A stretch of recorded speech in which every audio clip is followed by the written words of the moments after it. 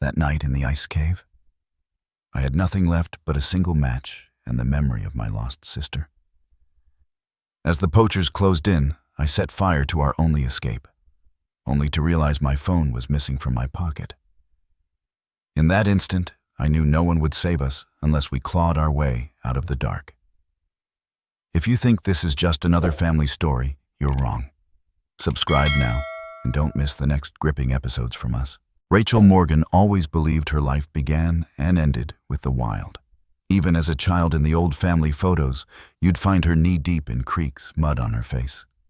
Wildflowers, tangled in her hair, head tipped back to laugh into the light. Her mother used to say she was born with moss on her feet and sunlight in her eyes, and Rachel, half joking, half true, would answer, "Maybe I'm more mountain than girl." She grew up in a house small enough that the wind rattled the window panes in every storm. A house where every wall wore faded maps and where dinner conversations veered toward the secrets of the northern woods, the calls of owls at dusk, the names of every fern and lichen, the tracks left by deer in the spring mud. Now at 23, Rachel stood at the threshold of something colossal, her first solo field study. The Wind River Range stretched out beyond the horizon, wild and infinite. The day before her departure, the house was a flurry of movement. Rachel's hands moved with quiet competence as she packed, double-checking the inventory field notebooks. 3 waterproof specimen tubes, bear spray, flycam backup. Flycam headlamp, satellite phone, thermal blanket, her favorite battered Stanley thermos, and tucked into an inner pocket, a photo of her and her older sister on the shore of Lake Kootenai years ago. In that photo, her sister's arm was draped over her shoulders, both of them grinning faces split wide open with hope. That photo was sacred. Rachel traced the outline of her sister's jaw before tucking the photo away. She'd been 13 when her sister Eliza vanished. A hiking trip, one she was supposed to join, but missed with a bad fever, had turned to tragedy. They never found more than a shredded piece of Eliza's red parka tangled in deadfall. For a while, Rachel's world filled with silence, and her parents carried the weight of a loss that colored every corner of the house. Her mother retreated into books, her father into work, and Rachel herself, she found comfort in the woods, tracing the trails her sister once loved. Over time, she became not just a student of biology, but a hunter of mysteries, determined to see what others missed, to decode every trace left behind. It was Eliza who had first taught her to read moss and track sparrows.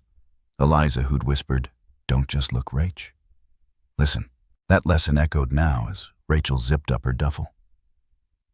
The sun slanted through the kitchen window, painting dust motes gold. Her father entered quietly, as he always did, and hovered for a moment, watching her organize gear. He cleared his throat. "You sure about the fly cam? I remember the last one you crashed in Glacier." Rachel grinned, flicked a strand of hair out of her face. "This one's smarter than me. Besides, the last model was, let's call it experimental." He laughed, but there was worry behind his eyes. He picked up her satellite phone, checked the battery. "You keep this on. Every night. You hear me?" "Every night," Rachel promised. She caught her mother's reflection in the hallway mirror, arms folded, lips pressed together. Her mother was a woman of few words, but her eyes carried storms. She approached Rachel slowly, handed her a zippered pouch. "Your lucky rock," she murmured. Rachel unzipped it, a speckled stone, smooth and green, that Eliza had found for her on their last hike together. Rachel cupped it in her palm, squeezed tight. "I'll bring it back," she said. "I just want you to come back," her mother answered, voice small. There was a pause then, heavy with everything unspoken. Her mother brushed Rachel's hair from her face, her touch gentle, trembling. "Be careful, Rach." Outside, the sky was a pale blue, the kind of day that feels like the world is holding its breath. Rachel's boyfriend, Sam, was already in the driveway, leaning against his dusty Subaru, the same car he'd taught her to drive stick shift in on a back road when they were 16. He straightened as Rachel stepped out, shouldering her battered backpack, face set with determination. Sam searched her face, trying to read what lived beneath the surface.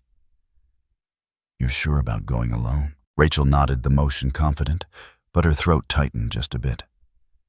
"If I don't do this now, I never will. It's the best time for the field work before the storms hit. And besides, she gave him a crooked smile. You know me. I need to see it for myself. He pulled her into a hug, burying his face in her shoulder arms, wrapped around her as if he could anchor her in place.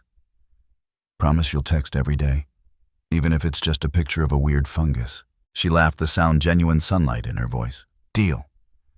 But if I find a giant fungus, you're coming back with me next time. He tried to smile, but his eyes were rimmed red. You're going to be famous, you know. Saving endangered voles, discovering new frogs, all that. Rachel brushed his cheek with her fingers. Or at least I'll get some good data for my thesis.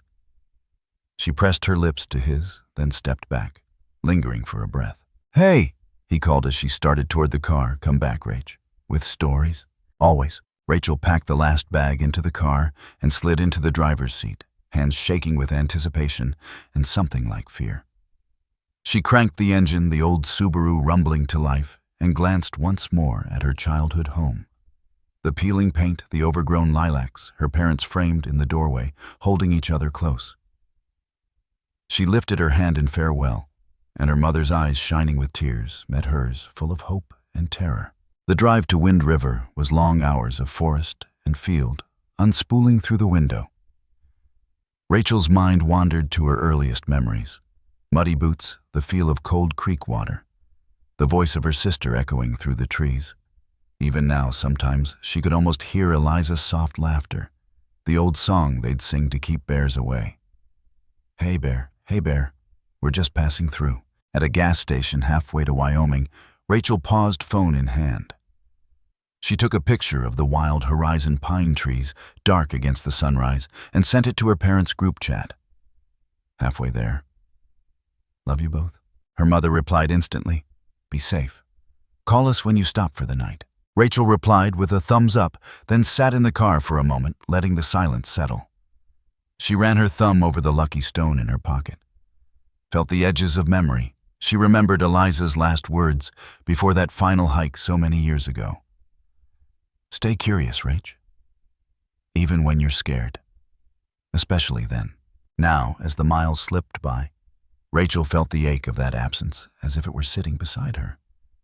But she also felt her sister's strength, the same boldness that had led Eliza up unknown peaks, the same hunger to know, to understand, to bear witness. The sun climbed higher, painting the mountains gold as Rachel reached the outskirts of the Wind River range. The land here was different, wilder, somehow untouched. The road wound up through pine forests and sharp ridges, past rivers frothing white over rocks. She rolled down her window and let the wind in, breathing deep. The air smelled of snowmelt and promise. Rachel found a pull-off near the trailhead and parked the engine, ticking as it cooled.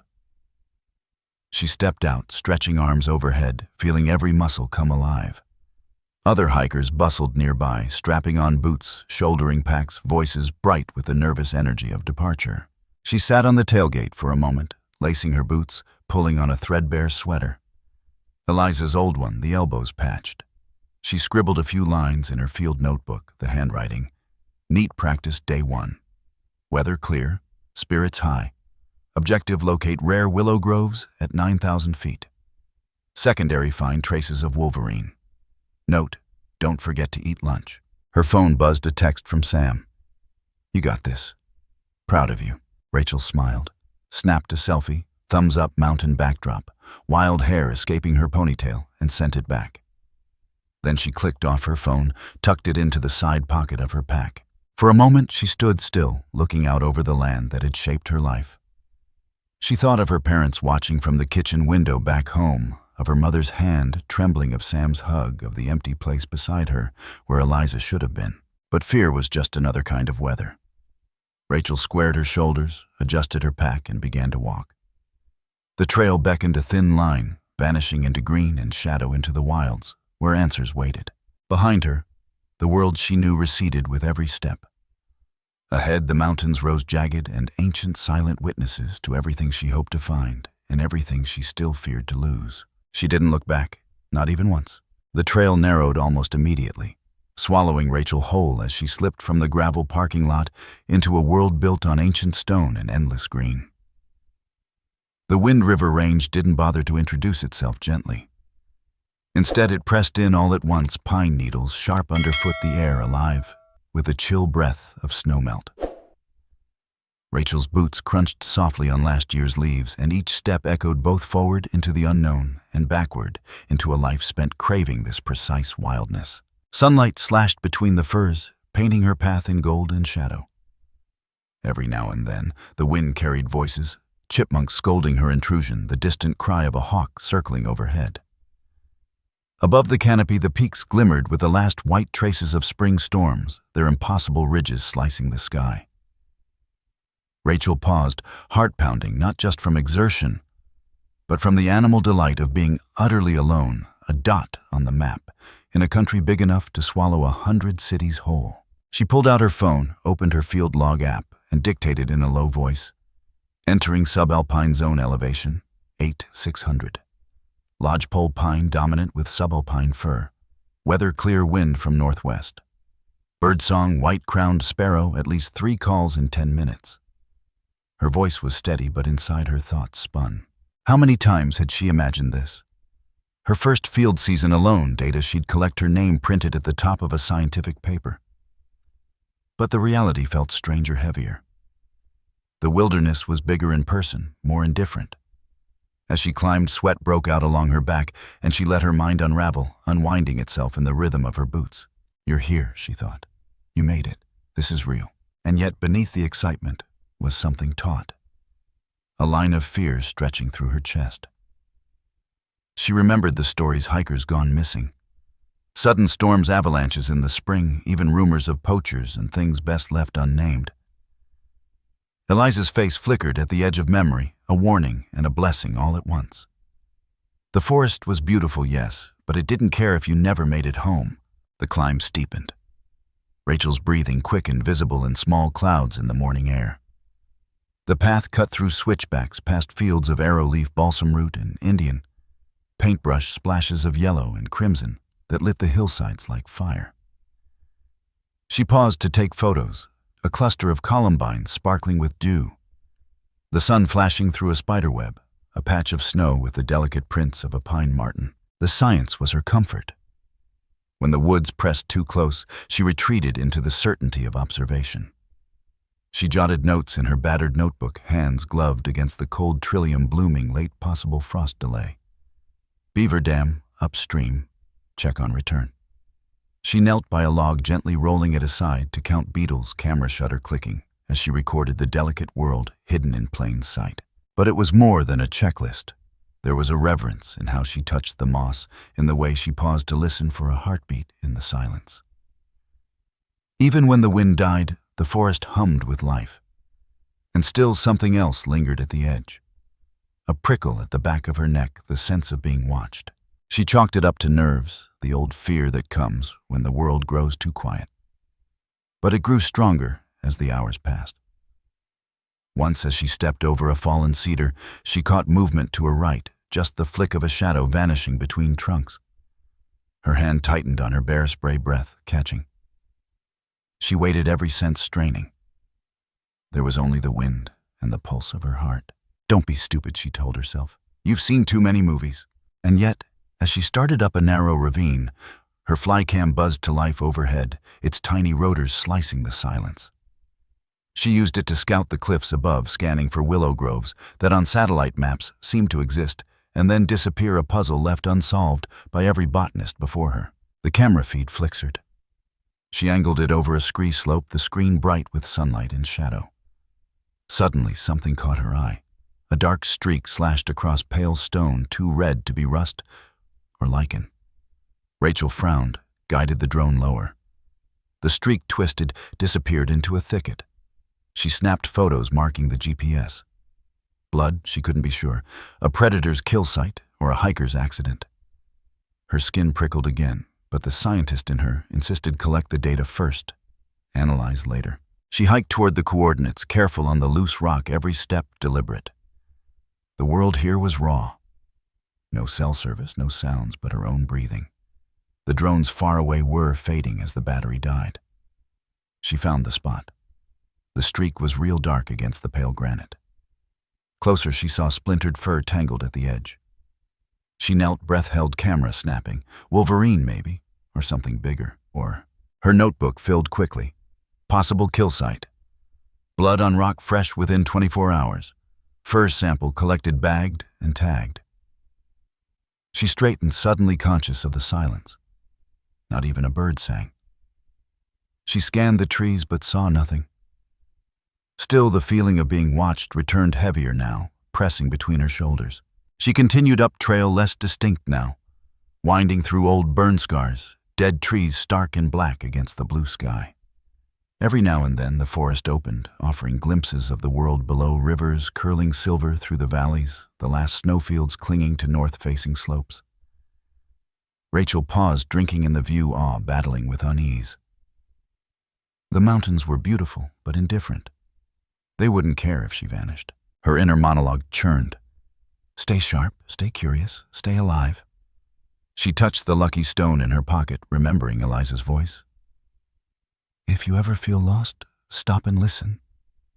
She stilled, letting the woods fill her. Wind rattled the leaves. Somewhere far off, a branch cracked a sharp, unnatural sound. Rachel spun, heart leaping. The woods were empty, or seemed to be. But the feeling persisted, a stare cold and unblinking from somewhere just out of sight. She pressed on, pace quickening.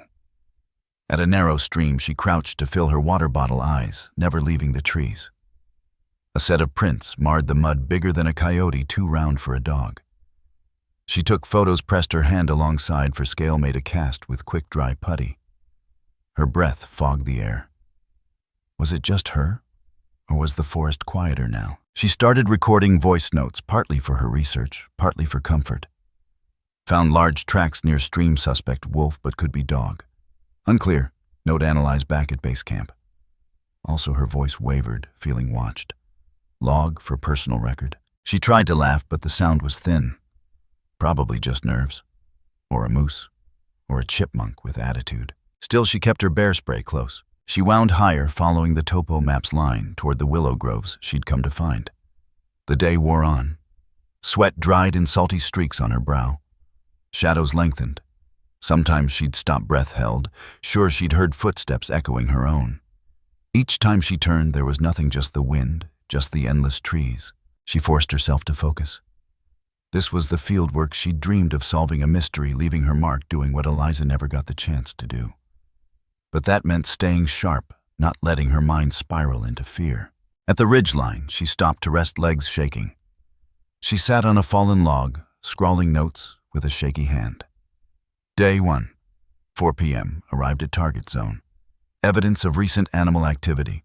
Found possible blood trail, unidentified prints, predator scat. Forest feels heavy. Caution advised. As the sun dipped low, Rachel fired up her drone one last time.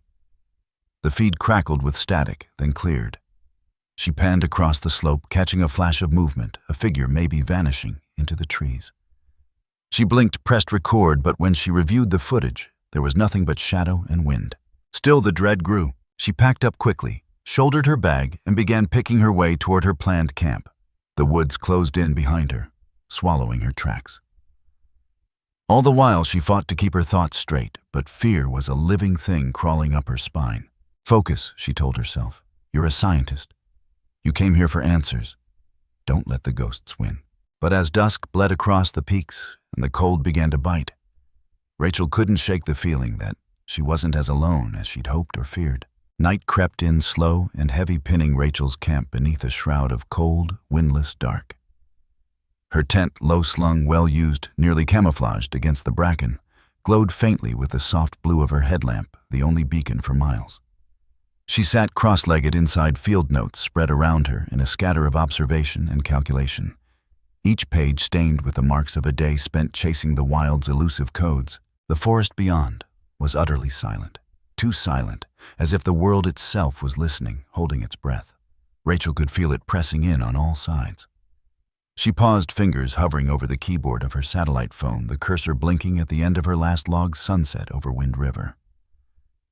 Observed fresh wolf scat owl calls. Unexpected sense of, she hesitated, unsure how to name the feeling gnawing at her edges. Was it fear?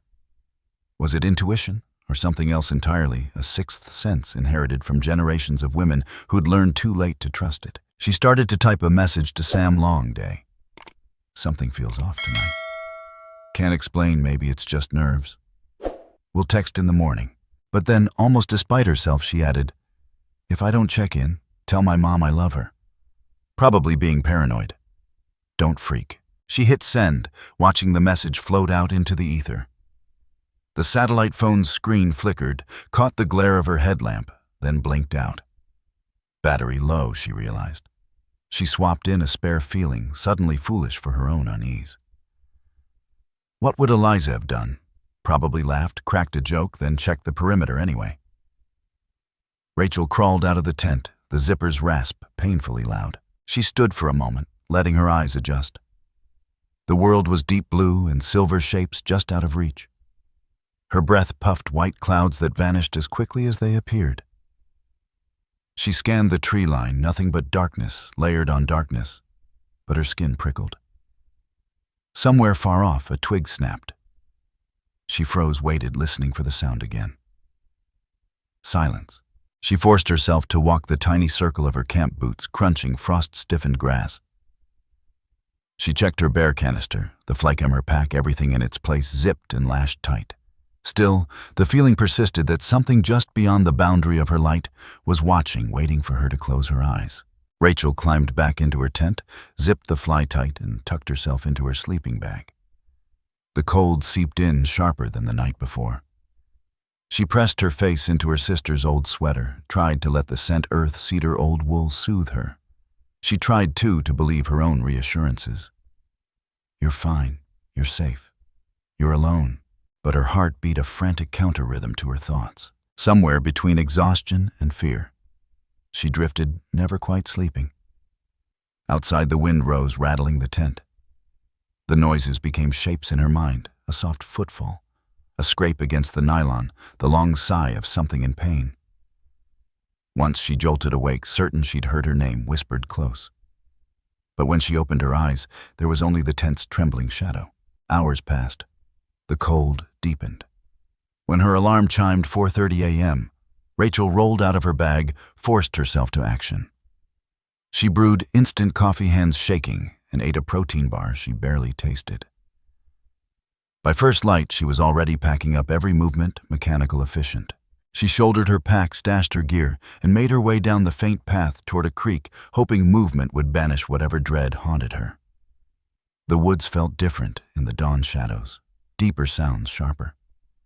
At the creek's edge, she paused to collect a water sample, snapping photos of strange marks in the mud. Not animal, not human, but long parallel grooves she couldn't identify. She set the fly cam to record, hoping for aerial views that might explain the markings. The drone climbed into the cold air, blades whirring, and Rachel watched its feed on her phone.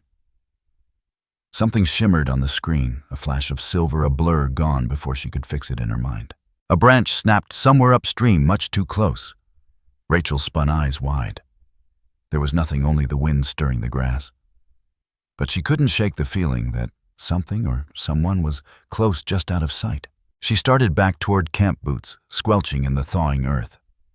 She never noticed the glint of metal in the ferns, never saw the silent shadow watching from behind the trees. Later that morning, as the sun broke over the ridgeline, the satellite phone on Sam's nightstand buzzed, screen lighting up with Rachel's last message. He reached for it, still half asleep, thumbed open the screen. As he read the casual words, the joke, the reassurance were undone by the sentence that followed. If I don't check in, tell my mom I love her. A chill crawled through him. He tried to call back, but the signal went straight to voicemail. He sent a dozen texts. You okay? Did something happen? Rach, call me. No response. By noon, he called her mother, voice tight and thin. She said she'd check in this morning. She hasn't. Rachel's mom went silent. Then, without another word, she hung up and called the park ranger station, her hands shaking. The words tumbled out fast, her daughter's name, her route, her fears, the history that haunted every silence in their home. Within an hour, Rachel's father was calling every number he could find for the Wind River search and rescue voice, growing raw with each unanswered call. Her friends' group chatted in a frantic spiral, piecing together her route, the last GPS. Ping, the cryptic message. Screens glowed with their panic. Is this real? Has anyone heard from her? She wouldn't just disappear. Maybe her phone died. Maybe she's stuck somewhere. Should we call someone? The messages blazed through their phones, a digital storm of anxiety, hope, and fear. They tried her phone. It rang then straight to voicemail. Hey, you've reached Rachel. Leave a message and I'll get back to you once I'm out of the woods. Her voice sounded impossibly close, impossibly far. No one knew what to say. Sam called again and again, each attempt growing more frantic, his own voice brittle on the recordings. Rach, call me back, please. Please. By late afternoon, search and rescue had mobilized a red-haired ranger named Holly leading the briefing. Maps were unrolled. Rachel's itinerary studied a list of her supplies, read aloud. She's experienced her mother-insisted voice breaking. She knows the risks. She wouldn't take chances. Dusk fell on Wind River as teams fanned out boots on the ground, helicopters circling radios crackling with code and static. They found her tent at the edge of a stand of spruce, everything packed with almost obsessive order. The food hung high, water filters cleaned and stowed, notes in tight, neat handwriting. But Rachel was gone. Searchers found her flycam first crashed in a tangle of alder. The propeller snapped the battery half dead. Its footage was corrupted, nothing but static and flashes of trees, a single frozen frame of what looked like blood streaked over stone. The only other clue was her field notebook discovered beneath a pile of leaves at the edge of the creek. Its pages were damp but mostly legible, filled with dense coded observations, sketches of tracks and plants, sequences of numbers and symbols no one could decipher. The last entry trailed off mid-sentence as if she'd been interrupted. Unusual track at water unclear origin. Wind rising, feeling of The teams combed the woods calling her name, sending search dogs to sniff the ground. But the woods kept their secrets. The only sounds were wind and the bark of radios' voices growing hoarse as day bled into night. Back at home, Rachel's mother sat by the phone dialing her daughter's number over and over, listening for the miracle of her voice on the other end. Her father pored over printouts of the map, tracing her route with shaking hands. Sam drove in circles, unable to sit still, replaying her last message, whispering answers into the static. I won't freak.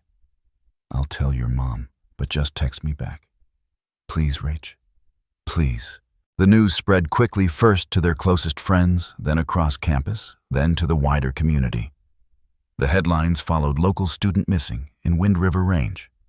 Rescue crews, search for young biologist. Last text raises fears. By the second night, panic had hardened into something deeper, a despair that clawed at the edges of every conversation. The search continued, but with every passing hour, hope frayed. The coded notebook became an obsession. Sam and Rachel's best friend Emily spent hours poring over it, searching for meaning in the symbols, convinced she'd left them a message.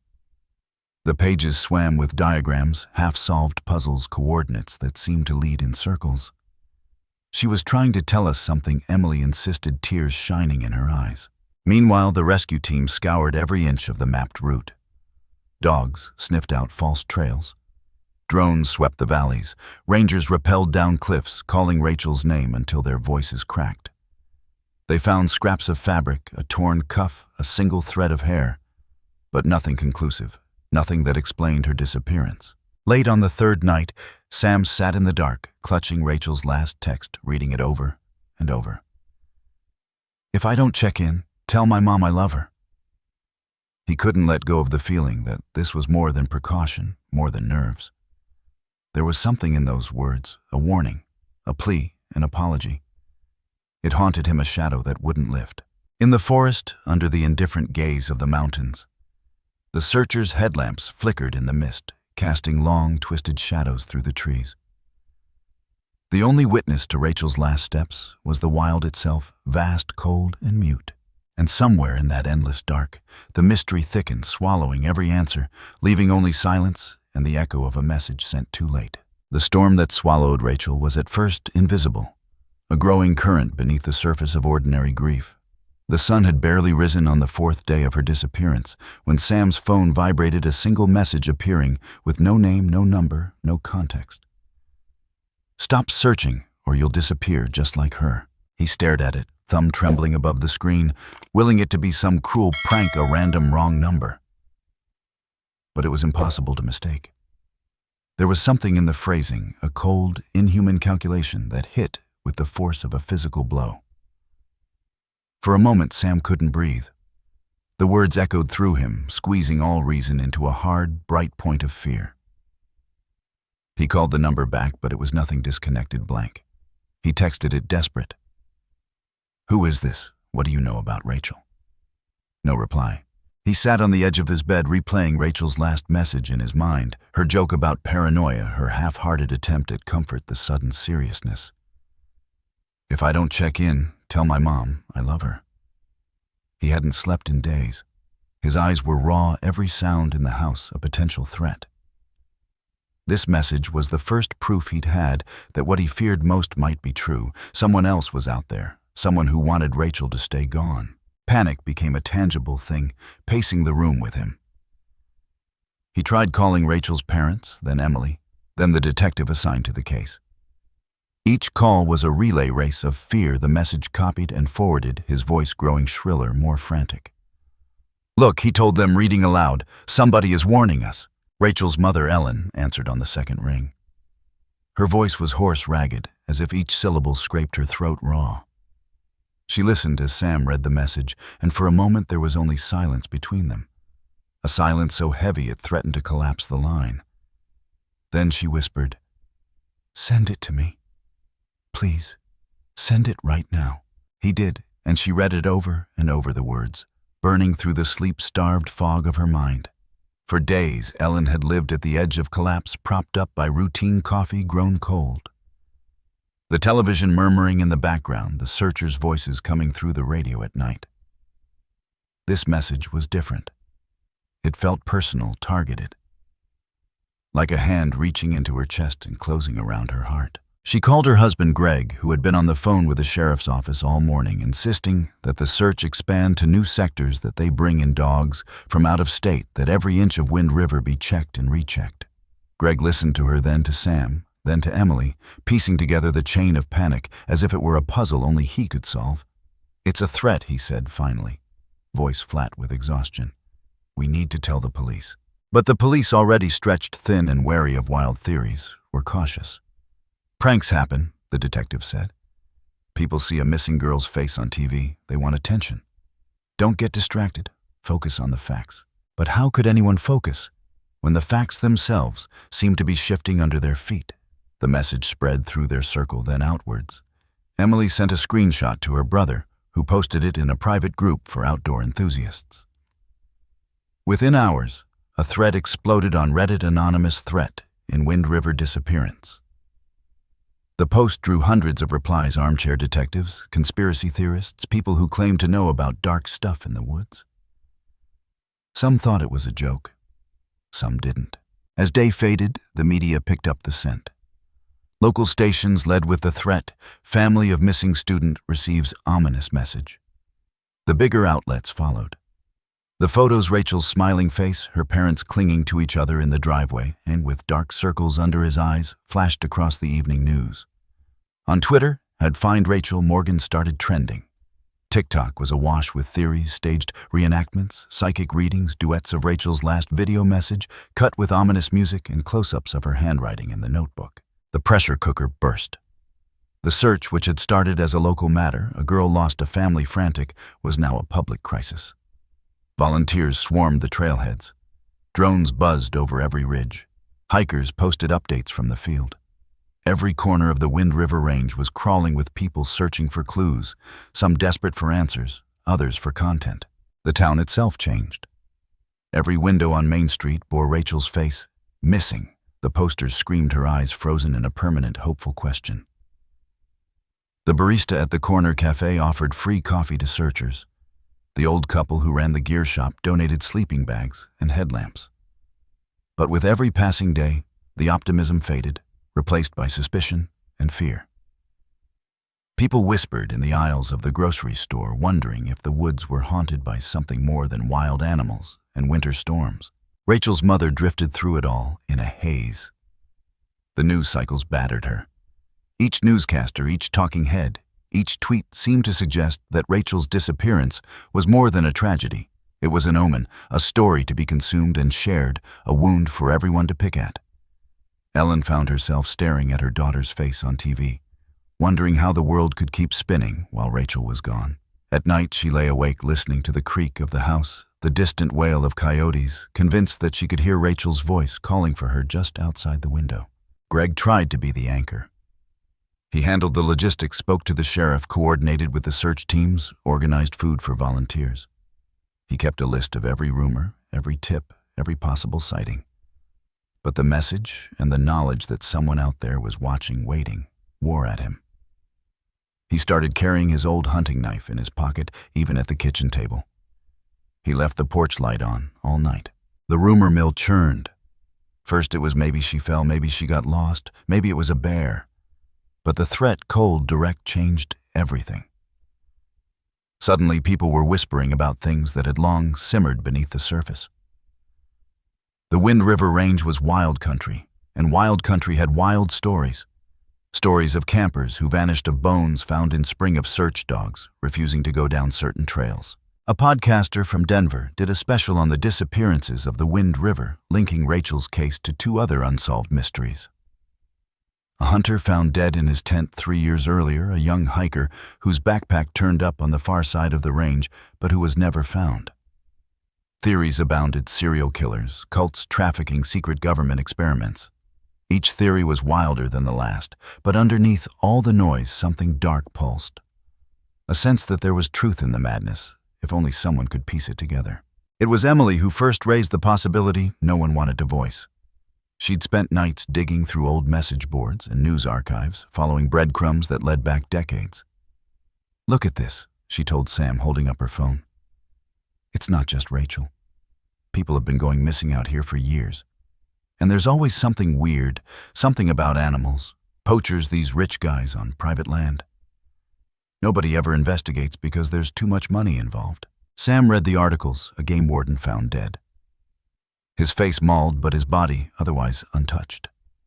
A botanist who vanished after reporting illegal traps to the authorities.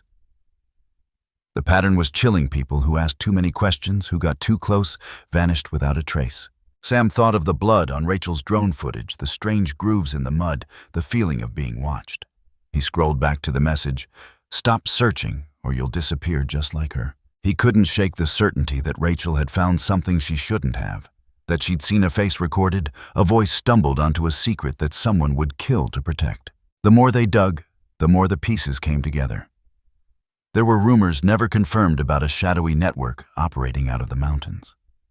Rich men who paid enormous sums for illegal hunts, rare animals taken from protected land, sometimes even rumored prizes no one dared describe. Local authorities would sometimes find a carcass in the woods, horns hacked off, paws missing, bullet wounds in the skull. But investigations never went far. Evidence vanished, witnesses recanted, and those who kept digging disappeared. The threads online turned feverish. Was Rachel a victim of wildlife smugglers? Had she captured something on her fly cam that proved the existence of a trafficking ring? Or was she alive, a captive being held until the search died down? Every answer led to new questions. Ellen couldn't bear to look at the news anymore. She unplugged the phone, closed. The blinds refused to let reporters onto the porch. She stopped eating. Greg tried to pull her back, sitting with her in the dim living room, rubbing her back in circles, repeating, "We'll find her, honey. We'll bring her home." But he didn't believe it, not anymore. The lines in his face deepened. His hair seemed to gray overnight. He kept a vigil at the kitchen table, maps spread out before him, her route marked in red ink, the page filled with notes in his spidery handwriting. For Sam and Emily, hope became a weapon, a thing to be wielded against despair, even as the threats grew.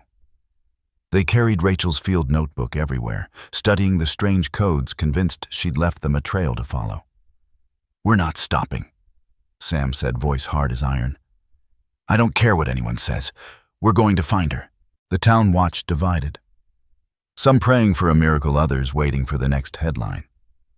Everyone felt the weight of the mountain, its shadow stretching over every conversation, every hope, every whispered fear. And out in the wilderness, somewhere beyond the reach of cell towers and news vans, the wind moved through the trees, carrying with it the secrets of the missing and the threat of those who wanted them to stay lost. The storm Rachel had sensed in her bones was breaking, and no one, least of all her family, could see how deep the darkness truly ran. The nights in Wind River had always been long, but never so heavy as these nights of candlelit vigils and frantic whisperings of friends sitting shoulder to shoulder at kitchen tables littered with maps, cold pizza, and notebooks. The official search parties were thinning, the sheriff's words hardening. "We have protocols. It's too dangerous. The professionals know what they're doing." But Rachel's friends, Sam, Emily, Omar, and Jess, weren't built for waiting, and certainly not for giving up. They gathered in Emily's apartment, a shoebox space that once rang with Rachel's laughter. Now it was crowded with worry and a kind of desperate hope. Outside, the first leaves of autumn spun through the air, scraped along the window in the wind, sounding almost like footsteps. Every new gust made them flinch.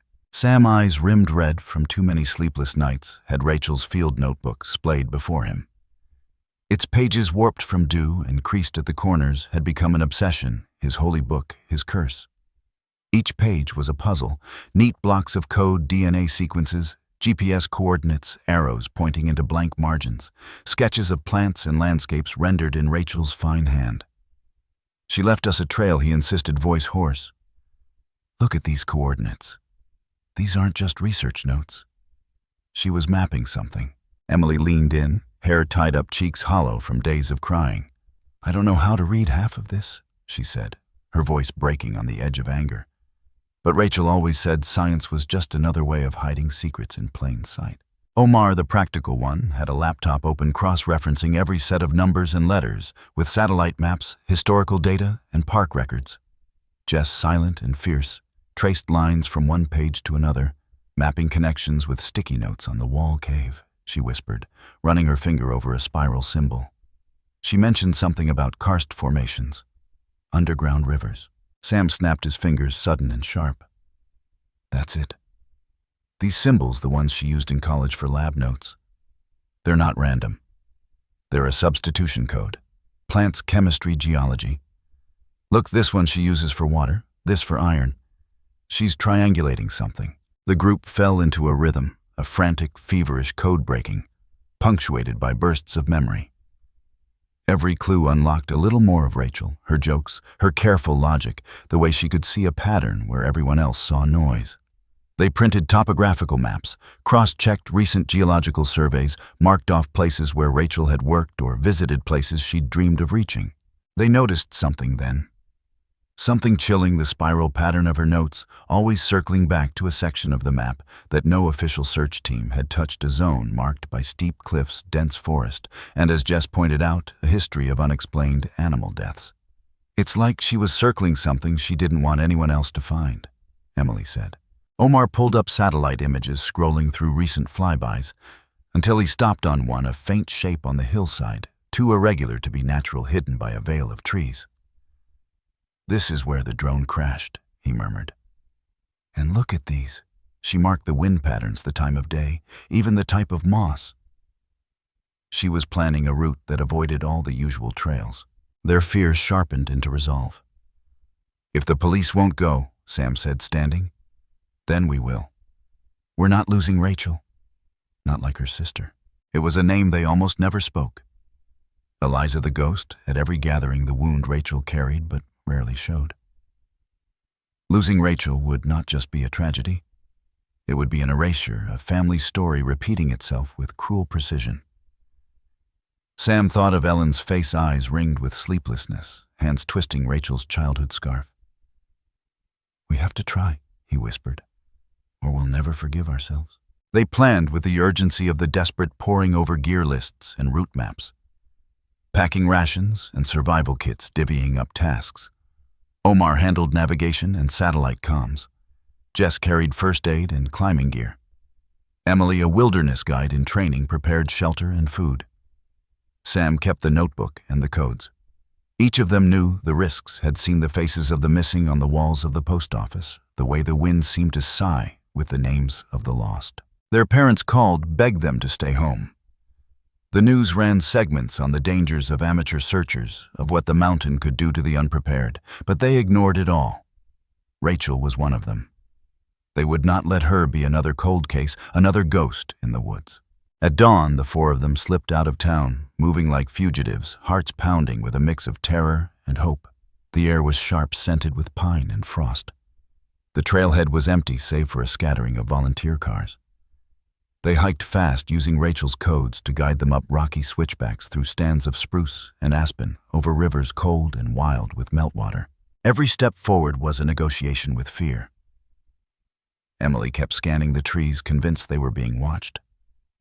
Once a raven startled them, crashing out of the brush with a cry that sounded almost like a warning. Omar checked his GPS, lips pressed tight. "We're close," he whispered. "If her calculations are right, it's less than a mile." As they climbed, the woods seemed to change, growing darker. Thicker, the air weighted with secrets. The spiral from Rachel's notebook was mirrored in the land itself, the path curling in on itself up a steep ridge toward a stand of ancient firs.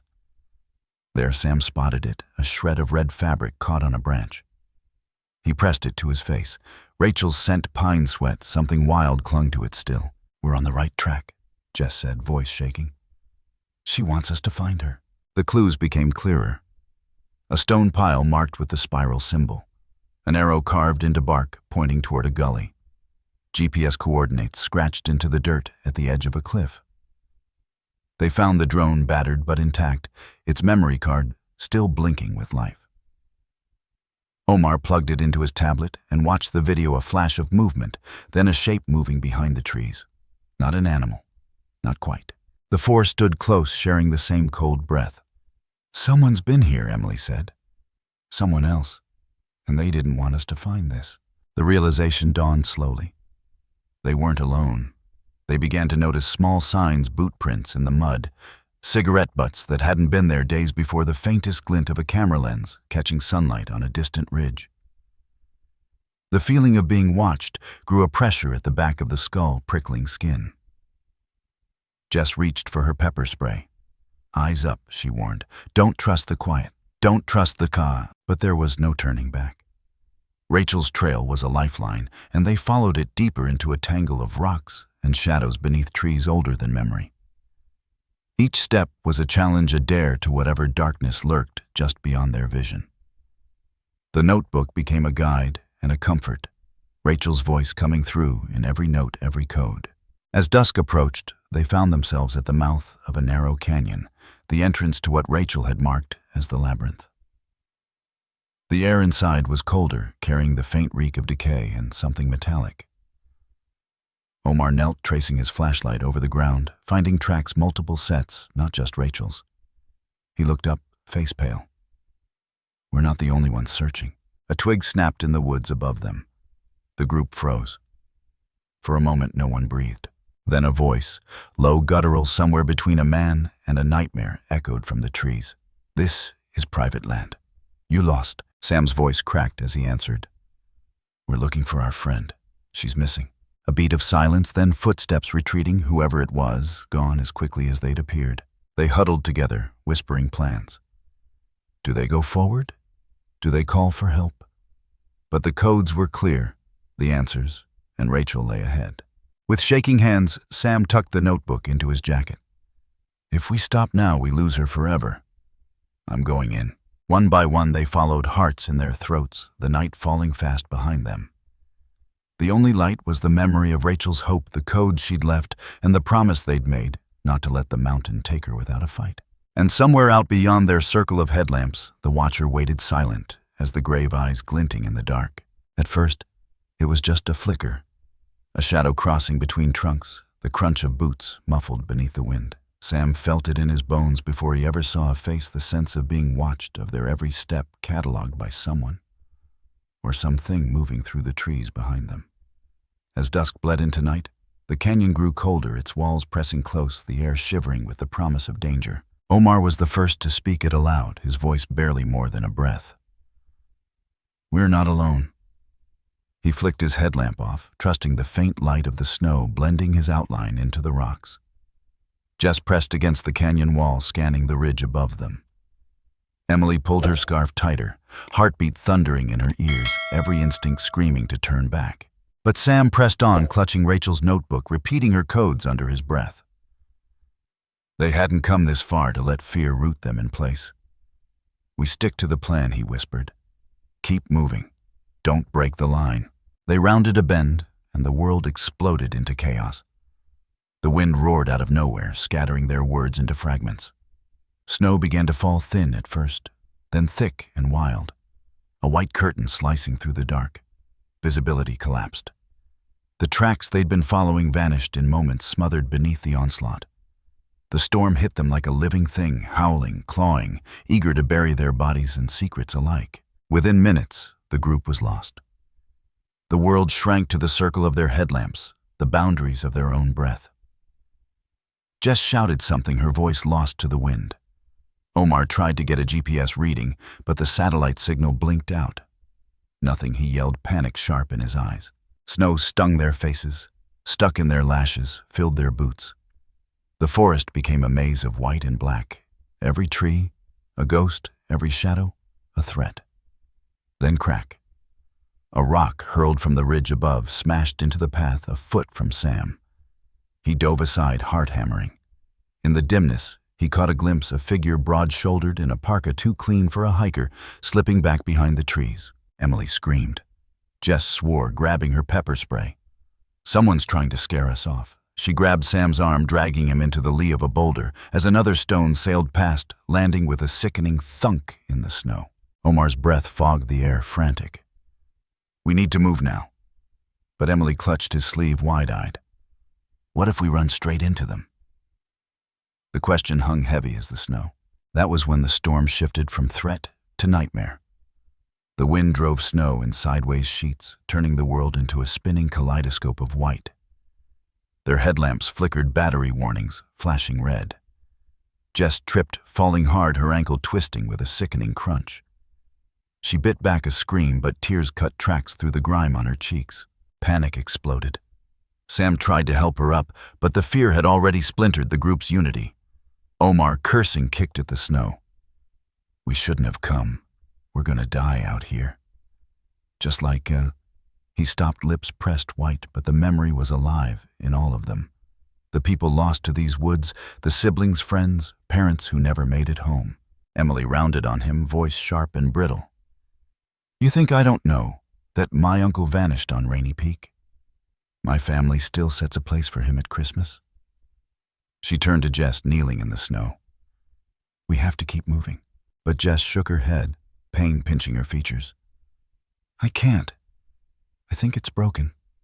She looked up at Sam, voice small. "I'm sorry." For a moment the group was paralyzed, caught between fight and flight, between the horror outside and the wounds inside. Each of them saw not the faces of their friends, but the ghosts of the missing, their own losses, reflected in each other's eyes. Sam fumbled with Rachel's notebook, and trembling breath fogging in the air. On a torn page he found a scrawled puzzle, something Rachel had shown him in the quiet of a dorm room years ago. A map of decision trees for survival coded with plant drawings, cryptic riddles, and mnemonic rhymes. He read aloud, his voice a lifeline.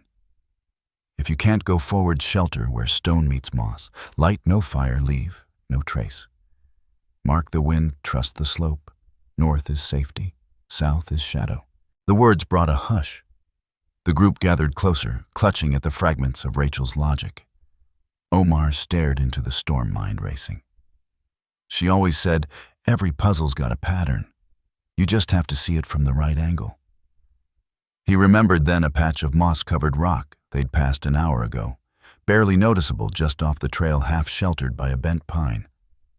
"We have to double back. 10 minutes. I think I can find it." Jess bit her lip but nodded. "Do it. I'll crawl if I have to." They moved, huddled, Jess leaning on Emily and Sam Omar, leading squinting into the white. The world shrank to the 5 feet around them, each step a battle against wind and fear. The watcher was gone, or simply hidden by the snow. The forest seemed to whisper, mocking their pain. their hope, their love. At last they found the mossy outcrop, a pocket of green, half buried in white, hidden from the worst of the wind. They crawled behind it, Jess whimpering with every movement, Omar brushing snow from her face. "We'll splint it," he said, tearing a sleeve from his shirt, wrapping her ankle tight with a stick and duct tape from the kit. The pain dulled, but Jess's skin was going pale, her teeth chattering. "We need warmth," Emily said, but no fire. Sam paged through the notebook again, Rachel's coded voice guiding him. "If you can't use fire huddle, close, insulate with what you have. Make noise only if you're certain you're alone." They pressed close, sharing what little warmth they could, using sleeping pads, extra shirts, and the battered silver emergency blanket from Rachel's kit. Outside, the storm howled on. Hours passed in suspended agony. The Watcher never showed themselves again, but they left their mark, a terror that curled in the gut. A sense that the mountain itself was complicit. In the huddled, dark old wounds opened. Omar spoke, voice rough. "My dad was lost on the Cassiar. They never found him. That's why I couldn't stay home. Couldn't lose another." Emily nodded, eyes glinting. "My uncle, too. I still dream he'll come out of the woods one day." Sam swallowed hard. "Rachel. She always believed if you looked long enough, if you didn't give up the wild, would give something back." Jess was quiet, shivering, pain etched into her brow. "I just wanted to be brave. For once." The storm eased just a little. Sam found another line in the notebook, a crude drawing of the terrain, a hidden entrance Rachel had marked with 3 dots. "When the wind calms, find the north wall." The answers are there. Dawn bled in thin and gray. The snow was already melting. They limped forward, following Rachel's final riddle, each step carved from pain and hope, and a desperate refusal to let the wild take one more of their own. The cave mouth yawned before them, black, silent, cold as the grave. The syndicate's symbol, gouged deep into stone, felt almost like a warning. But Sam and his friends pressed forward, lights bobbing in the thick dark. Their boots crunched over gravel and bones, the sound echoing off limestone in strange, directionless ripples. Every shadow moved. Every draft was a whisper of threat.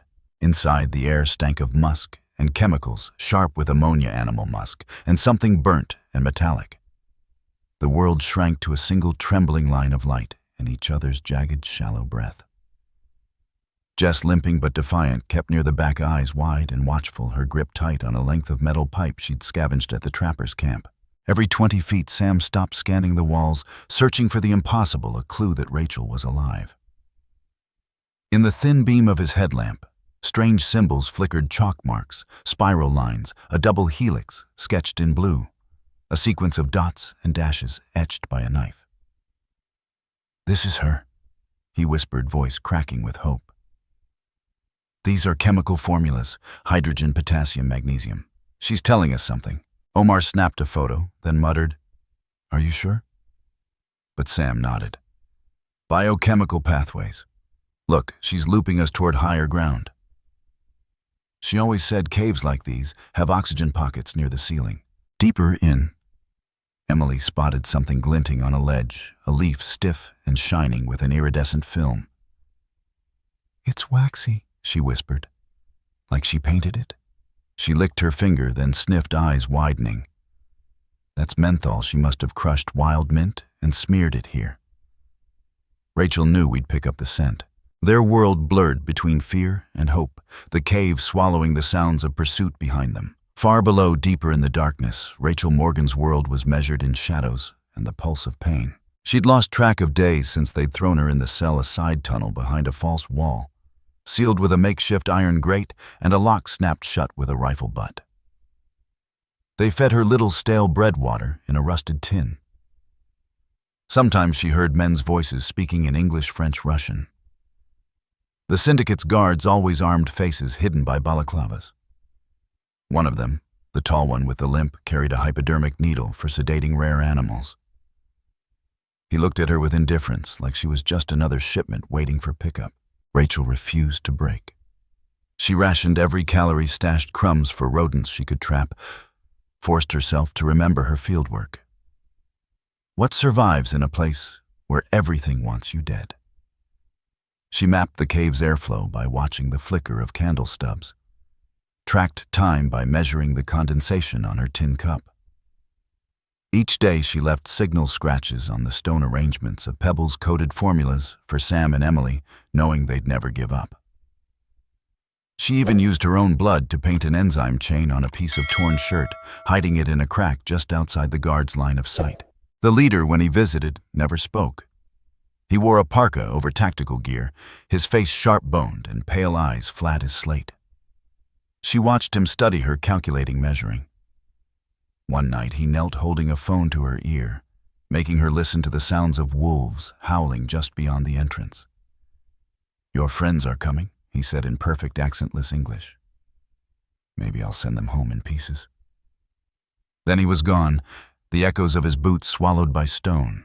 In her cell, Rachel wrote another sequence, an acid-base reaction coded as A plus BU heat plus smoke, and tucked it into the seam of her jacket. "If you get this, follow the sulfur," she whispered, praying the air would carry the scent. Back in the labyrinth, the friends stumbled on more signs. A tuft of Rachel's hair knotted around a root, a crushed vial that once held potassium. Permanganate, a single word written in phosphorescent lichen north. Each clue was a lifeline. The cave forked tunnels splintering in every direction, each step forward a test of faith. But just as hope surged, the threat returned. A flashlight beam flashed behind them, close, searching, hungry. Omar ducked behind a boulder, pulling Jess and Emily into the shadows. Sam turned off his lamp, heart pounding. From the dark voices, I saw movement. "They're here. Tell the boss." They froze, listening, as boots slid over gravel men, swearing in a language none of them recognized. One figure, bigger than the rest, with the limp Rachel had described, moved with deliberate menace. Emily's phone vibrated, a silent alarm from the app Rachel had once written, triggered by a beacon in the cave. The group didn't dare breathe. For a heartbeat, one of the syndicate's men passed so close, Emily could smell tobacco and gun oil. Then Jess shifted, a rock tumbled, and the man spun, catching her by the collar. She struggled, flailing, gasping as he dragged her toward the tunnel mouth. Sam lunged, swinging the metal pipe, smashing it against the guard's arm. Jess broke free, rolling away, her voice hoarse with terror. Omar kicked the man's knee, and for a second the odds evened, until another beam lit their faces. And more footsteps thundered down the tunnel. They ran, Jess limping, hearts in their throats. The syndicate's leader stepped from the shadows. At the next junction, Gunn raised, his expression dead and pitiless. "You should have stayed home," he said, voice as cold as the rock around them. His face for the first time was fully visible. A cruel mouth, colorless eyes, skin marked with old scars. Evil made flesh. He smiled, the smallest twitch of a lip, and fired a warning shot that ricocheted off the wall above Sam's head. "No more games. Drop the bag." Sam, desperate, held Rachel's notebook out like a shield. "You need her, don't you? You want the codes, the formulas? She's the only one who can finish your work." The leader's eyes narrowed. "You're smarter than you look. Too bad you won't live to brag about it." But from the darkness behind him, a faint wisp of smoke curled, sulfur and menthol, a chemical signal. Rachel's plan was working. Omar saw it first, recognized the scent, and nudged Sam now. They bolted down the tunnel Rachel had marked, following the scent and the trail of formulas etched in chalk. The syndicate thundered after them, curses ringing off the stone.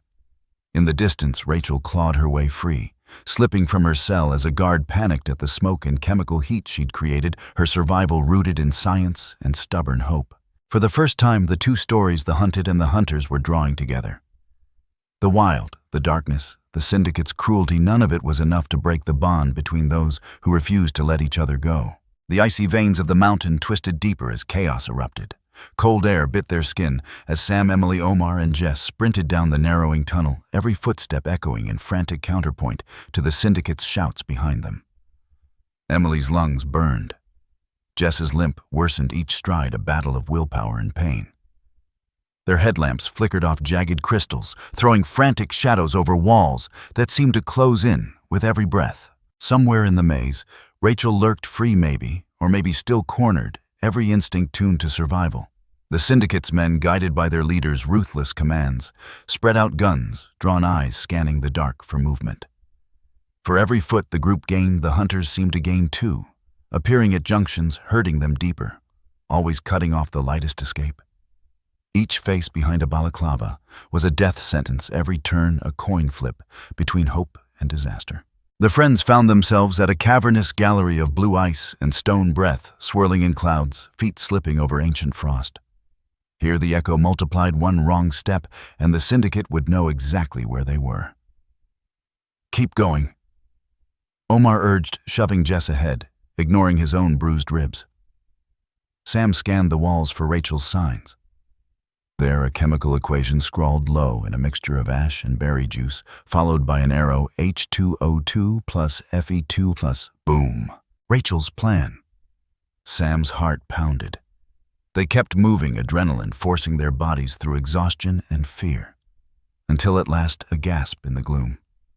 Rachel, hair wild blood at her temple, hunched behind an ice boulder. At first she almost fled, then recognized Sam's voice as he called her name in a hoarse, trembling whisper. She sprang up, grabbing Emily and clinging to her, barely daring to believe. There was no time for relief. "They're coming," Rachel hissed. "The leader. He's got my notebook. He wants the codes." Her voice trembled, but her mind was sharp as a scalpel. "We have one shot. There's a supply cache back there, chemicals, batteries. I can make a distraction, but I'll need cover." The group sprang into action, barricading a passage with loose rocks. Sam and Omar shoving fallen ice into a barricade. Rachel's hands flew over bottles mixing hydrogen peroxide, potassium, permanganate iron filings, her own shorthand scrawled on the labels, a language of survival and danger. Jess, shaking but fierce, held a jagged icicle like a spear. Emily found a flare in her pack and gripped it with white knuckles. Gunfire cracked through the cave. The syndicate's leader appeared, eyes dead gun raised. "Give me the notebook or you all die."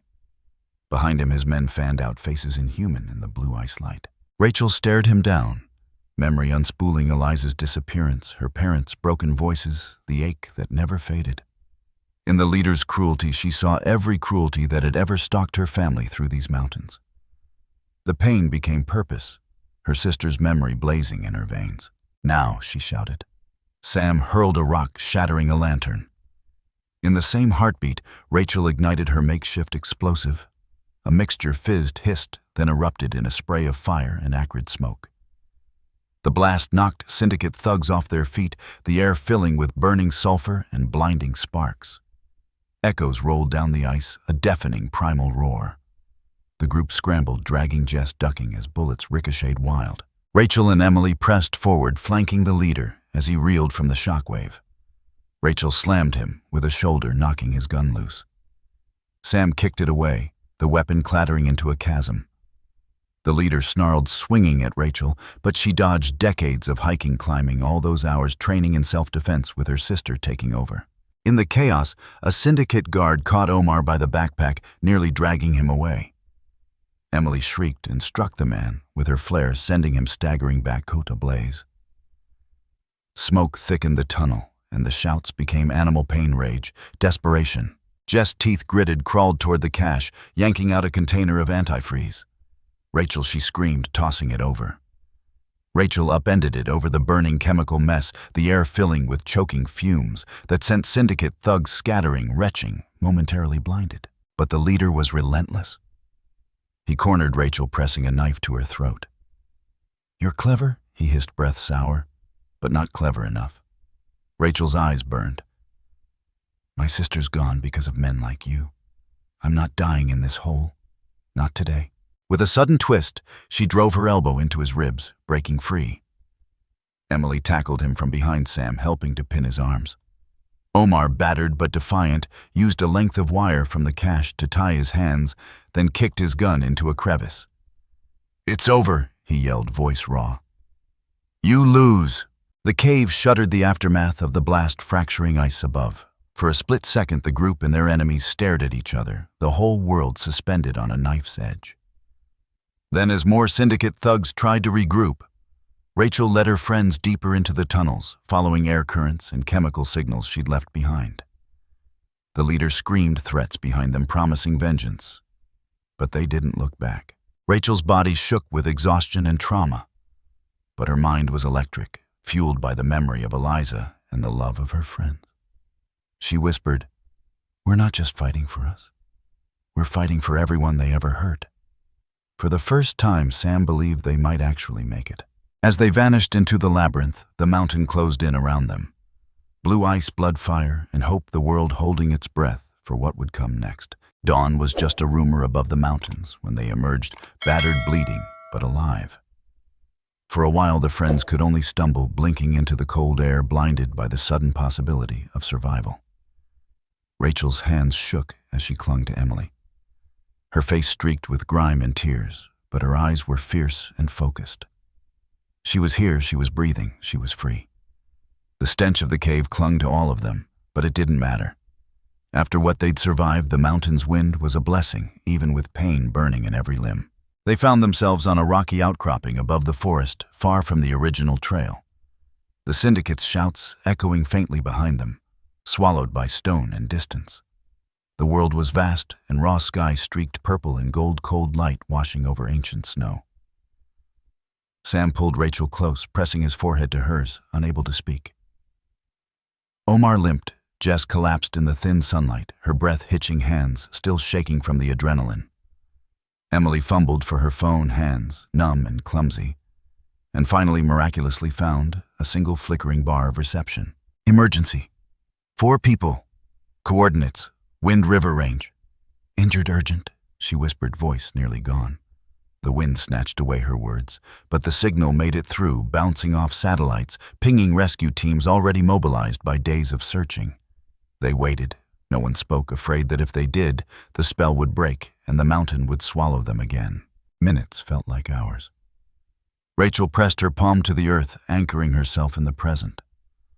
All around, the evidence of what they'd endured lay: heavy torn jackets, bloodied faces, bruises, and burns.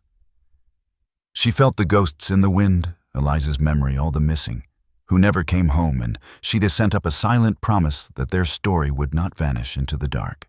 The first sound of hope was a distant thrum, low, rhythmic, mechanical. A chopper blades cutting the thin air. At first the group thought it was a dream, a trick of nerves pushed to their limit. But then the sound grew louder, wind swirling up the cliff as the rescue helicopter came into view, searchlights sweeping the slope, painting the world, some simbarat in silver and white. They stood waving their arms, tears streaking dirty faces. The chopper set down with practiced urgency. Medics spilled out, calling names, running through protocols. "Rachel Morgan, Jess Colton, we have you. You're safe." The words were a lifeline, and suddenly all the strength that had kept them going shattered into sobs. Emily fell to her knees, clutching Rachel and Jess. Omar sat down in the snow and cried quietly, shoulders shaking, the sound torn from deep inside. Sam could only laugh, wild, hysterical relief making him giddy until his laughter crumbled into tears.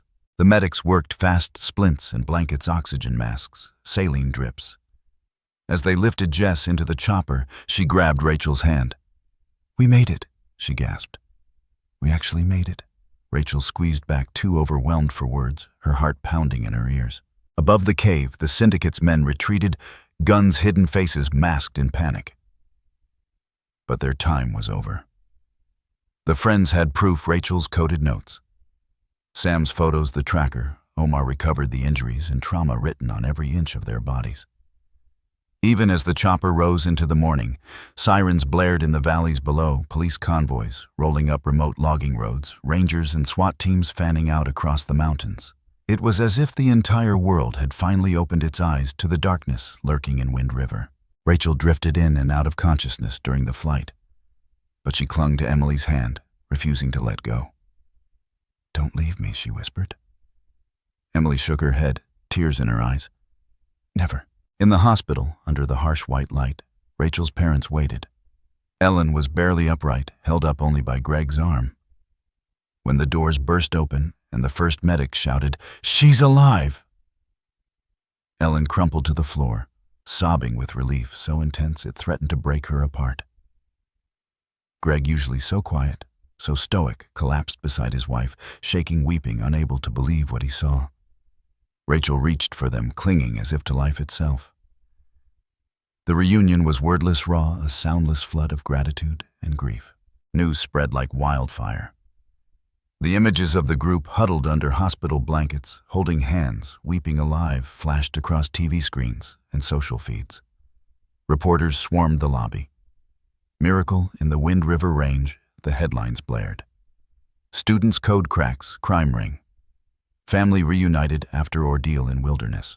Meanwhile, the syndicate fell. Dozens of officers stormed the caves, following Rachel's chemical markers and Sam's GPS logs. They found cages full of wounded animals, poaching equipment, foreign cash, cell phones loaded with black market contacts. The leader, pale, expressionless, was among those captured, his face finally unmasked to a world that refused to look away. Detectives praised Rachel's brilliance, her field notes now forensic evidence. Wildlife officers wept at the scene, finding rescued lynx cubs, wolf pelts, rare birds in crates. The rangers and scientists vowed that nothing like this would ever happen again. Not on their watch, not on these mountains. Rachel and her friends wrapped in blankets, and Love gave statements to police, answering every question with clarity and resolve. In every answer, Rachel honored Eliza's memory. Her story was finally one of hope, not just loss. That night, in a quiet hospital room, Rachel fell asleep at last, her mother's hand in hers. Outside, news crews packed up and the world slowly returned to its rhythm. But in the Wind River Range, dawn broke clean and true sunlight gilding the peaks.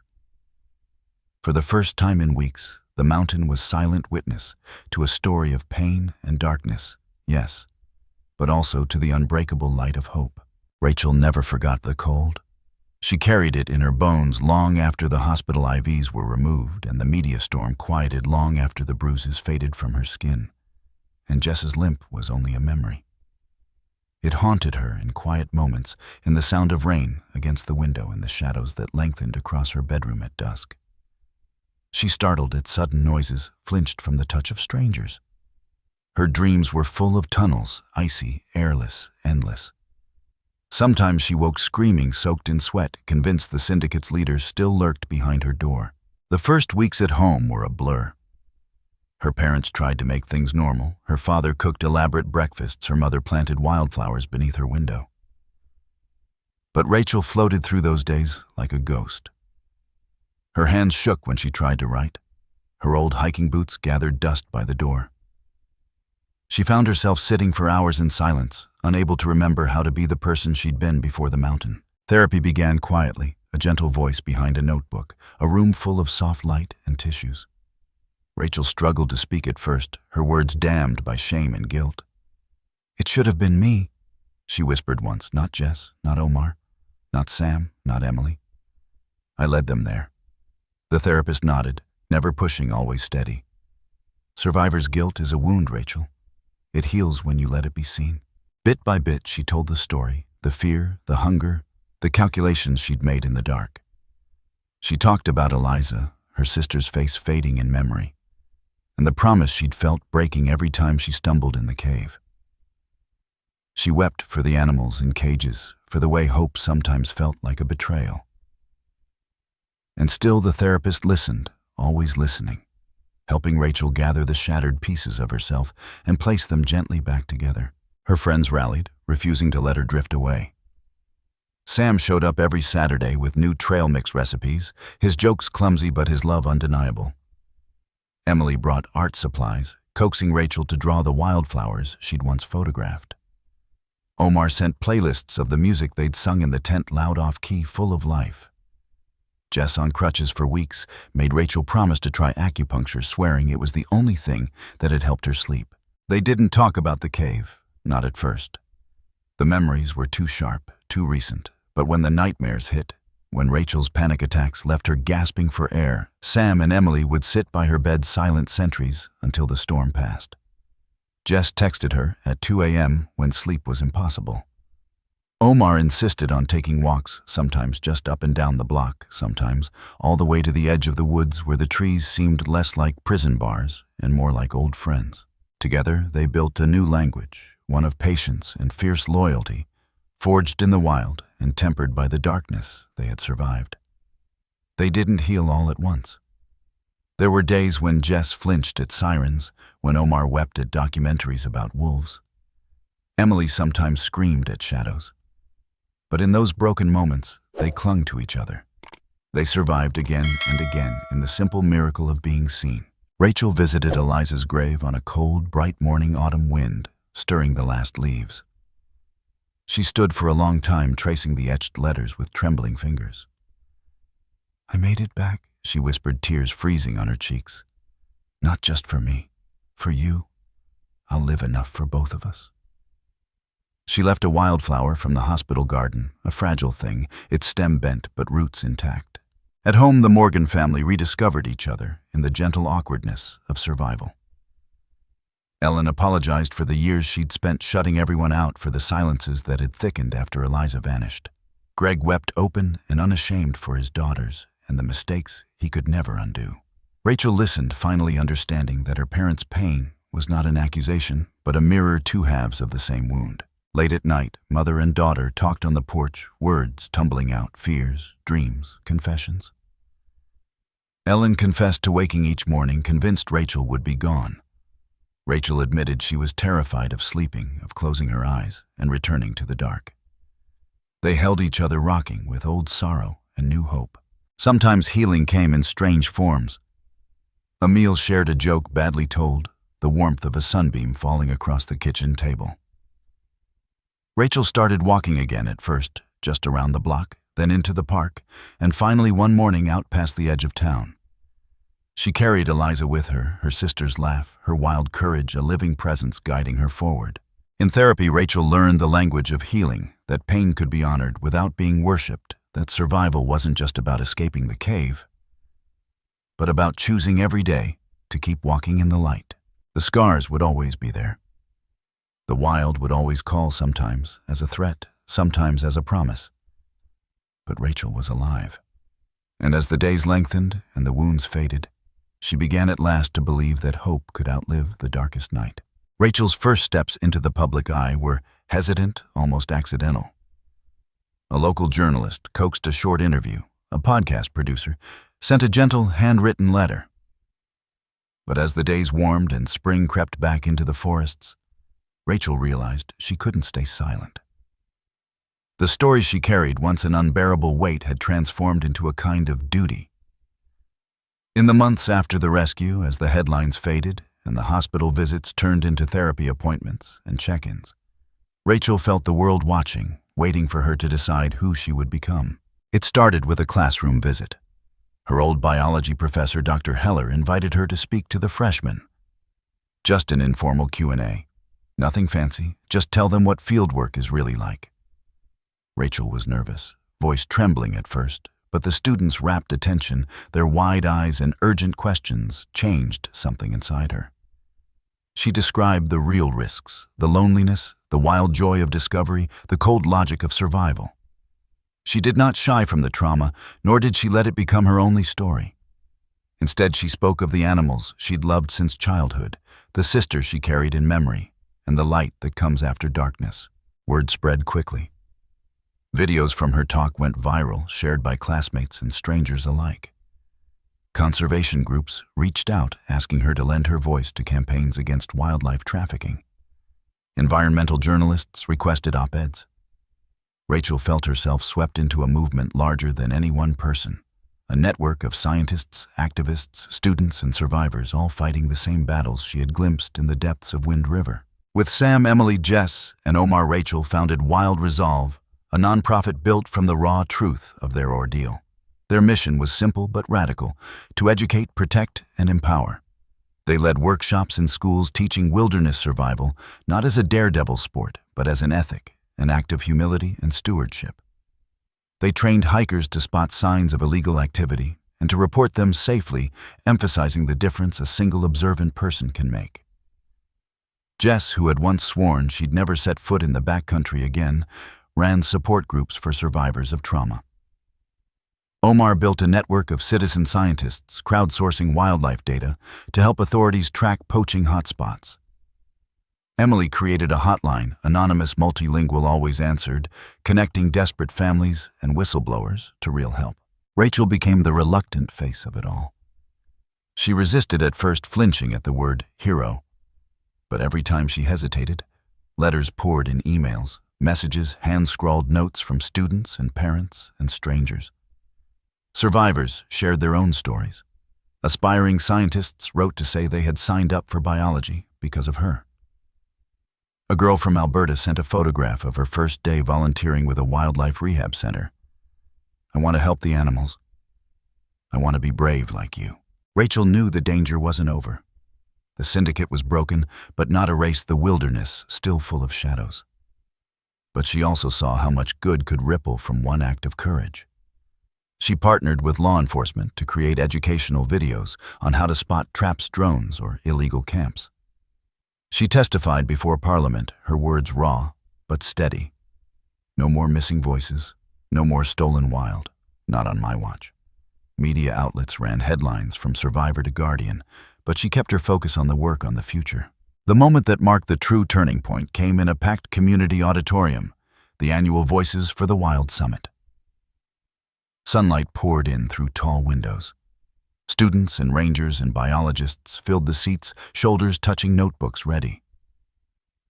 Rachel stood backstage, nerves buzzing, her family and friends, a tight, loving knot in the front row. She carried with her a battered field notebook, the same one that had saved her life. When her name was announced, the applause rose like a wave. Rachel took the stagehands, shaking only a little, and let the silence settle before she spoke. She told them about fear, the real bone-deep terror of believing you might never see daylight again. She described survival not as a solo act, but as something built on hope and memory, and the arms of friends refusing to let go. She honored Eliza, her sister's bright spirit, her unfinished dreams, and the community that had risen up to search, to care to bring her home. Tears pricked her eyes as she looked at Sam, Emily, Jess, and Omar. Each one changed by the ordeal, each one stronger than she'd ever thought possible. "We're not victims," she said, voice clear, "and we're not just survivors. We are the ones who remember, the ones who fight. And together we can make sure no one is lost, not in these mountains, not anywhere ever again." Her mother, Ellen, wept openly. Greg's hand found hers, both of them shining with pride. The crowd rose in a standing ovation, the sound rolling through the auditorium, carrying with it the collective ache and hope of everyone who'd ever loved the wild. After the speech, Rachel stepped outside, her face wet with tears, sunlight warming her skin. For the first time in a long while, she felt utterly, fiercely alive. Not because she had escaped the darkness, but because she had found her place in the light. And as she looked up at the horizon, she saw that the world was full of possibility, waiting for someone brave enough to change it. Ellen Morgan's voice was soft and steady, the kind that could hush a crowded room or lull a restless child to sleep. On warm summer afternoons, she gathered her grandchildren and the neighborhood kids beneath the old willow by the riverbank, the wind carrying the scent of moss and wild mint. She began with the simplest details. "Your Aunt Rachel once had hair as wild as the river and a stubborn streak twice as long." The youngest children pressed closer, eyes wide. But as the years went on, the story grew richer, layered, part cautionary tale, part legend, and always a lesson in hope. She told them how long ago two sisters walked these very hills, hand in hand. Eliza leading Rachel always a step behind, cheeks pink from the wind, eyes bright with wonder. They weren't just sisters, Ellen would say, they were explorers, partners in every secret mission. Sometimes she paused, voice cracking just a little, as she described the afternoon when the world changed, the day Eliza disappeared, and Rachel grew up all at once, her childhood folding up like a paper boat swept downriver. But Ellen didn't linger on sorrow. Her words danced forward, skipping to the day Rachel set off into the wild, chasing questions no one else dared ask. Your Aunt Rachel wasn't fearless, she'd remind them, but she was brave. She walked right into the darkness because she believed there was something worth saving. The children listened rapt as Ellen described Rachel's journey, her ingenuity in the cave, the signals she sent the friends who followed her footprints, refusing to give up. She painted the memory not in darkness, but in colors of resilience and light. It wasn't just Ellen who remembered. One afternoon, with the whole family gathered by the stream that wound through the Morgan homestead, past and present seemed to braid together. Laughter rose from the youngest skipping stones across water that flashed with sun. Greg grilled fish, telling stories about Rachel's earliest camping disasters, the tent that blew away the raccoon that stole their breakfast. The older cousins helped the little ones climb the mossy boulders, guiding hands steady and gentle. Rachel stood a little apart, barefoot in the shallows, the cold biting and real. Her gaze wandered upriver, where memory mingled with the present herself, a small girl clutching Eliza's hand, climbing the green ridge, running wild with a sister who would forever remain young. In her mind she heard Eliza's laughter, felt the weight of a promise live enough for both of us. The ache was still there, yes, but softer now, woven through with gratitude. She watched her mother, saw the strength in Ellen's eyes, and knew that the pain and hope carried forward would shape generations yet unborn. As evening fell, a hush settled over the valley. Someone built a campfire, Sam as always determined to get it right without lighter fluid. The group gathered in a circle, shadows dancing the firelight, gilding old scars and new smiles. For a moment, the world shrank to this ring of warmth, survivors, family friends bound by the forge of shared ordeal. Jess was the first to speak, her voice barely more than a whisper. I used to think I'd never go back to the woods. Now, I can't imagine life without them. She smiled at Rachel, gratitude shimmering. Omar passed around mugs of hot cocoa, the scent sweet and grounding. I thought courage was about being the loudest, he admitted. Turns out it's just about not giving up on yourself or the people you love. Emily poked at the coals. There were nights I thought we'd never laugh again. But we did. We do. Her eyes sought Rachel's, and something silent passed between them. Acknowledgement, forgiveness, the sort of love that survives the worst storms. Rachel listened, heart pounding, then lifted her voice steady and strong. We all lost something in that mountain, she said. But we brought each other back. That's our story now, light in the dark. We get to decide what it means. The group shared secrets they'd never dared voice, fears, hopes, the dreams rekindled in the wake of tragedy. Jess wanted to train as a wilderness medic. Emily planned to write a book. Omar dreamed of starting a refuge for rescued wildlife. Sam confessed he'd finally applied to grad school. Laughter mingled with tears, pain softened by the safety of understanding. For the first time, their trauma felt not like an anchor, but a bond. The fire crackled, sending sparks up to meet the stars. Rachel turned her face skyward, letting the cool air fill her lungs, feeling every heartbeat as a promise. She looked around at her mother, her friends, her cousins, and felt both humbled and alive. Her story was theirs now, a legacy braided from sorrow and hope. Ellen watched her daughter, pride and ache mingling in her eyes, then gathered the youngest into her lap, starting the story again. Once your Aunt Rachel stood on this hill, and she believed the world could be saved, one brave step at a time. And as the fire burned low, the circle held grief and hope, memory and promise, knowing that whatever else the mountain had taken, it had left them this, each other, and the enduring light of generations. The sky above Wind River Range was on fire with dawn, pale gold bleeding into rose clouds, edged with molten light, every crag and pine painted alive by the sun's first touch. A chill lingered in the air, crisp and sweet, as if the world itself had been made new overnight. Rachel Morgan hiked alone in those last silent moments before morning truly broke, boots crunching over frost-hardened moss, her breath blooming in ghostly ribbons. At the edge of the ridge, where earth dropped away into endless wild, she paused. She knelt, fingers trembling just slightly, and traced the familiar letters carved long ago into the granite. Eliza Morgan. Beloved sister, wild at heart. Lichen had grown in the grooves, a living tribute. Rachel pressed her palm against the stone, feeling the cold and the sun's warmth, mingling, a reminder that loss and hope were always tangled, always side by side. She closed her eyes. The wind carried echoes, Eliza's laughter, the fierce calls of hawks overhead, the distant voices of those who'd gone before. For a heartbeat, grief surged a sharp, aching thing. But beneath it ran a steadier current, deeper and brighter gratitude. The mountain, with all its darkness and beauty, had given her more than pain. It had given her purpose. It had given her back to herself. Rachel breathed in, long and slow. She remembered the cave's suffocating dark, the terror and exhaustion, the moments when she'd been certain she would die in silence. One more vanished girl in the wild. She remembered her friends' hands, the strength in their voices, the raw, blazing determination that had carried them all through. She remembered her mother's arms around her in the hospital, her father's tears, the unbreakable thread of family. She looked out over the valley, the same valley where Eliza had once run, where Rachel herself had learned to hope again. A single deer moved below, cautious and bright-eyed. Wildflowers bent in the breeze. Somewhere behind her, laughter rang out, Sam's voice, Jess and Emily bickering, good-naturedly Omar calling everyone to breakfast. Rachel stood, sunlight gilding her hair, and spoke softly. Her words carried by wind and memory. Pain is part of the journey. But hope and love, those are the flames that show us the way forward. I survived because I was never truly alone.